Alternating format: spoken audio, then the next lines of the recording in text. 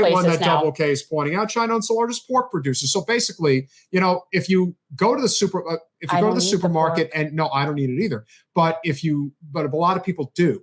And so when you go to the supermarket and people take a look at that information and they see that the meat, especially low quality meat, is being produced in China, in all of Southeast Asia. That's where it's being produced. And why? Because they're slaves, and that's how they're treated. So in our country, we justify having these fancy toys because it's okay if we exploit people in other nations. But again, I still think we exploit our people here. I don't think we have to justify it. I absolutely agree that we do. But it's children. a lot easier to hide it when you're doing it over there. Well, yes. And they even hide it significantly because when Apple originally was having all sorts of issues with how they treated their slaves over there a long time ago, they then moved their location way further inland into China where it would be less seen, less visible. You wouldn't get tourists.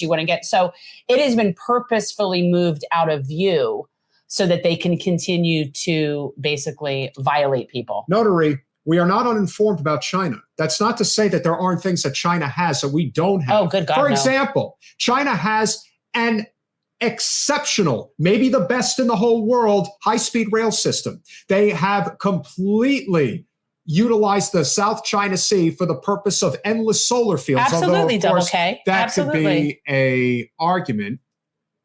Has taken more people out of poverty.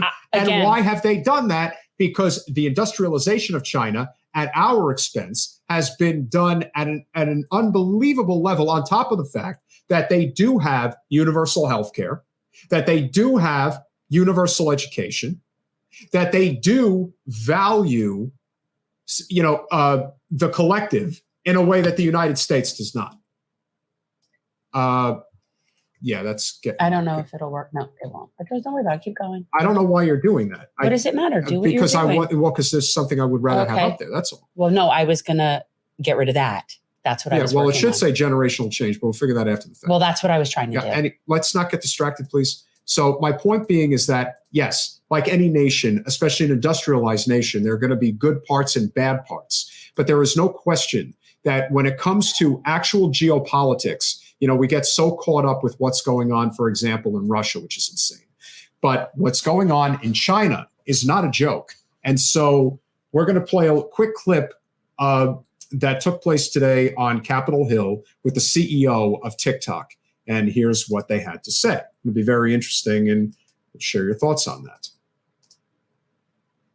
Is TikTok really about to be banned in the U.S.? The Biden administration wants TikTok's Chinese owners to sell their stakes in the app or risk facing a ban on the social platform in the U.S. But why? It's mainly because of concerns about national security. Some lawmakers fear that because TikTok's Chinese parent company ByteDance is linked to the Chinese Communist Party, TikTok could allow the Chinese government to get its hands on U.S. users' data, which is just spying. U.S. officials have also suggested the app's algorithm could be used to push Chinese influence operations to an American audience. The Restrict Act, aka the Restricting the Emergence of Security Threats That Risk Information and Communications Technology Act, is a proposed bipartisan bill that would allow for a nationwide TikTok ban. It isn't only aimed at TikTok, rather it's a broader bill that would increase the U.S. government's power to restrict or ban any foreign-linked producers of electronics or software that could pose a national security risk. At a hearing with the House Energy and Commerce Committee, TikTok CEO Shou Zi said that the risk of the Chinese government accessing TikTok users' data is a hypothetical and theoretical scenario. For the approximately 150 million monthly U.S. TikTok users, a ban could be bad news for several reasons, which has led many to fight back. The online protest organization Fight for the Future launched its #Don'tBanTikTok campaign back in February 2023. That hashtag currently has more than 94 million views on the app, with dozens of large creators voicing their opposition to a ban. Supporters of the campaign say that removing TikTok would have a negative impact on the millions of Americans who use the app for news, small business, community organizing, and free expression. In a letter, organizations including PEN America, the ACLU, Fight for the Future, and more said that a ban on TikTok in the U.S. would violate Americans' First Amendment rights, set a dangerous precedent, and undermine U.S. credibility as a defender of digital freedom. And if a platform that's so popular with the youth gets banned, it could lead to younger generations feeling apathy, anger, and disappointment toward the federal government, making them less inclined to engage with politics. In other words, banning TikTok might come with a political cost, especially ahead of the 2024 presidential election. Recordings just got better. So there you have it. And again, we're not Christina and Sam, but we're just Jen and Peter.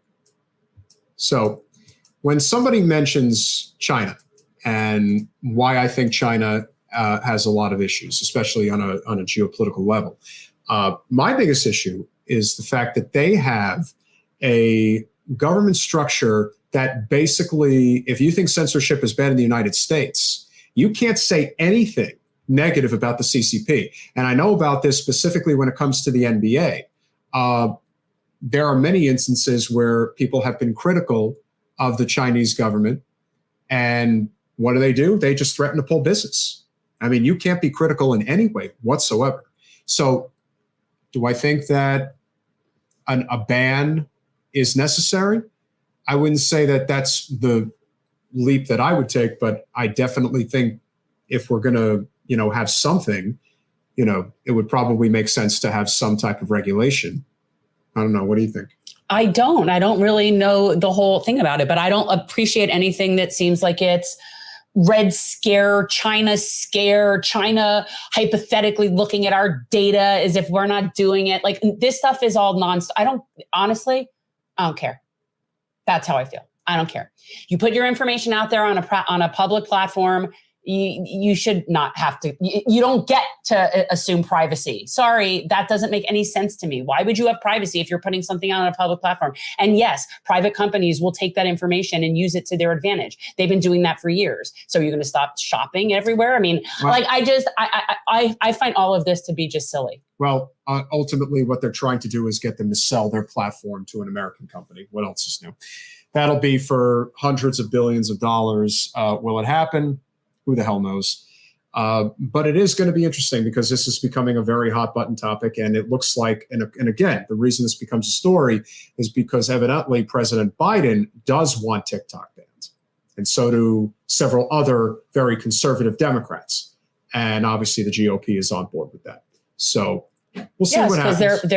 This is fascism. I love when everybody points out, like, as if Donald Trump is like the fascist or Ron DeSantis is the fascist.